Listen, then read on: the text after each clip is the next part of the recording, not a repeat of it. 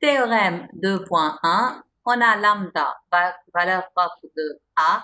Alors, la dimension du sous-espace propre associé à lambda, il est inférieur ou égal toujours à l'ordre de multiplicité de lambda. Et on a dit l'ordre de multiplicité de lambda peut être aussi appelé multiplicité algébrique de lambda, qui est notée m.a de lambda. Alors que dimension de E lambda, ça s'appelle aussi multiplicité géométrique. Donc, comme ça, les deux sont multiplicités. Là, c'est géométrique puisqu'on on parle de la dimension d'un sous-espace propre, alors que là, c'est multiplicité algébrique puisque c'est plutôt de l'algèbre. Et c'est la multiplicité géométrique, elle est notée par m.g de lambda. Pourquoi dimension de E lambda, c'est strictement supérieur à 0? Parce que je vous rappelle, on a infinité de vecteurs propres. Et si la dimension de E lambda égale à 0, cela veut dire du chapitre espace vectoriel, cela veut dire que E lambda, c'est juste le singleton 0. Donc, il y a seulement un seul vecteur propre qui est le vecteur, un seul vecteur propre qui est le vecteur 0, ce qui est faux puisque un vecteur propre, il est non nul. Donc, toujours, la dimension de E lambda est strictement supérieure à 0, mais elle est inférieure à l'ordre de multiplicité de lambda. Donc, si on va vérifier pour l'exercice 2.1, on va récapituler. Ça, c'était la matrice.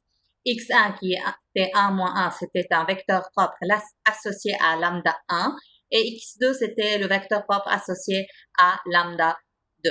Donc, la multiplicité ici géométrique de lambda 1 qui est égale à la dimension de E lambda 1 n'est autre que 1 parce qu'on a trouvé seulement une base, si vous voulez, pour E lambda 1.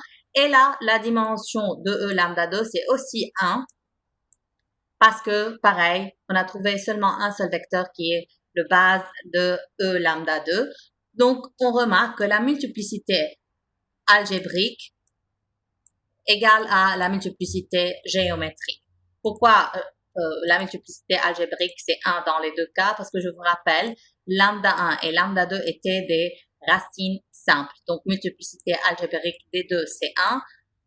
Donc, de cet exemple-là, on a remarqué la dimension de E lambda 1, c'est inférieur ou égal. Dans ce cas-là, elle est égale à la multiplicité algébrique, à la multiplicité, désolé, oui, algébrique. Et là, la dimension de E lambda 2, c'est aussi inférieur ou égal. Dans ce cas-là, elle est égale à la multiplicité algébrique.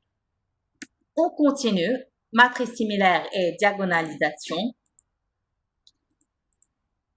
On a A et A' matrice, deux matrices similaires. Cela veut dire qu'il existe P inversible dans Mn de K, donc du même ordre de A et A', tel que A' c'est P moins 1 fois A fois P. Donc, ça, c'est un rappel. On définit ce que veut dire A diagonalisable sur R. Cela veut dire qu'il existe D diagonales qui est similaire à A. Donc, il existe P inversible, D diagonales, tel que D, c'est P moins 1 fois A fois P. On va continuer l'exercice 2.1 en voyant est-ce que cette matrice, est-ce qu'elle est diagonalisable, oui ou non. Donc, est-ce qu'il existe des diagonales telles que D, elle est similaire à A. Donc, c'est ce qu'on va voir. Soit P, la matrice formée par X1 et X2, les vecteurs propres associés à lambda 1 à lambda 2 écrits en diagonale, en colonne. Donc, ça, c'est X1 et ça, c'est X2. Cette matrice-là, elle est inversible. Pourquoi? Le déterminant de P, c'est 2 moins 1, donc 3.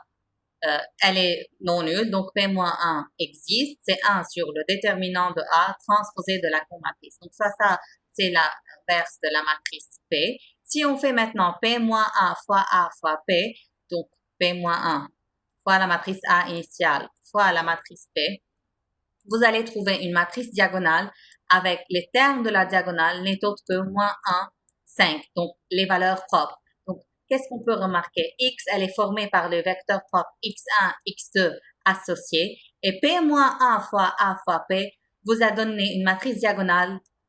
Premier terme de la diagonale, c'est la valeur propre du vecteur propre X1, et le deuxième terme de la diagonale, c'est la deuxième valeur propre.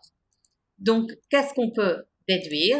On a trouvé P inversible des diagonales formées par les vecteurs propres tels que P-1 fois A fois P égale à D.